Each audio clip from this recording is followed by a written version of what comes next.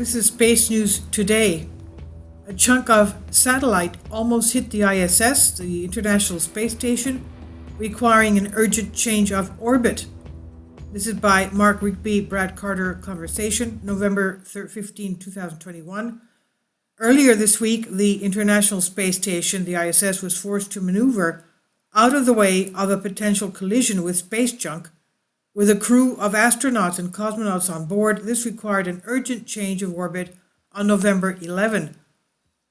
Over the station's 23-year orbital lifetime, there have been about 30 close encounters with orbital debris requiring evasive actions. 3 of these near misses occurred in 2020. In May this year, there was a hit. A tiny piece of space junk punched a 5mm hole in the ISS's Canadian-built robot arm. This week's incident involved a piece of debris from the defunct Fangyun 1C weather satellite, destroyed in 2007 by a Chinese anti-satellite missile test. The satellite exploded into more than 3,500 pieces of debris, most of which are still orbiting. Many have now fallen into the ISS's orbital region. To avoid the collision, a Russian Progress supply spacecraft docked to the station's fired its rockets for just over 6 minutes. This changed the ISS's speed by about 0.7 meters a second and raised its orbit, already more than 400 kilometers, that's 250 miles high, by about 0.7 miles, that's 1.2 kilometers. So it is obvious now that the orbit is getting crowded with all this debris up there. Space debris has become a major concern for all satellites orbiting the Earth, not just the football field-size ISS, as well as notable satellites such as the smaller Chinese Tiangong space station and the Hubble Space Telescope. There are thousands of others. As the largest inhabited space station, the ISS is the most vulnerable target. It orbits at 4.75 miles a second, that's 7.66 kilometers a second, fast enough to travel from Perth to Brisbane in under 8 minutes.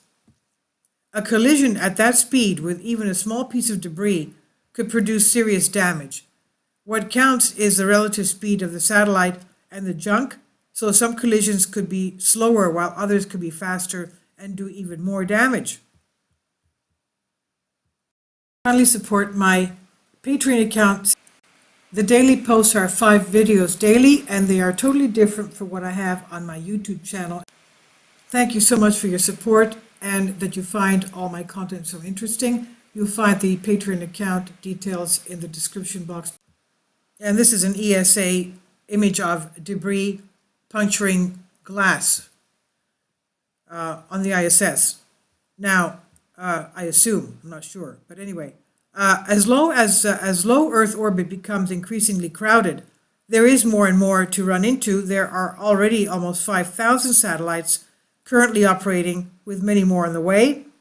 SpaceX alone will soon have more than 2,000 Starlink internet satellites in orbit, on its way to an initial goal of 12,000, perhaps even eventually 40,000 satellites.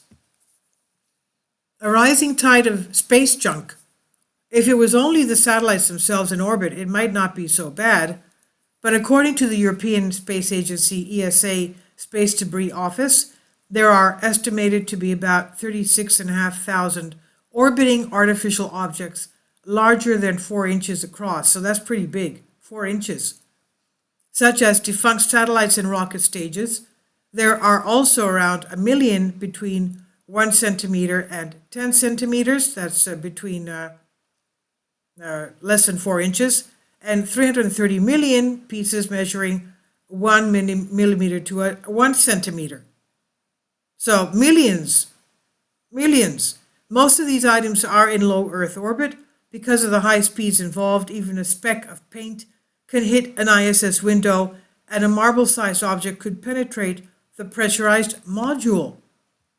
The ISS modules are somewhat protected by multi-layer shielding to lessen the probability of a puncture and depressurization, but there remains a risk that such an event could occur before the ISS reaches the end of its lifetime, around the end of the decade.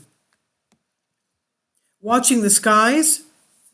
Of course, no one has the technology to track every single piece of debris, and we also don't possess the ability to eliminate all that junk. Nevertheless, possible methods for removing larger pieces from orbit are being investigated.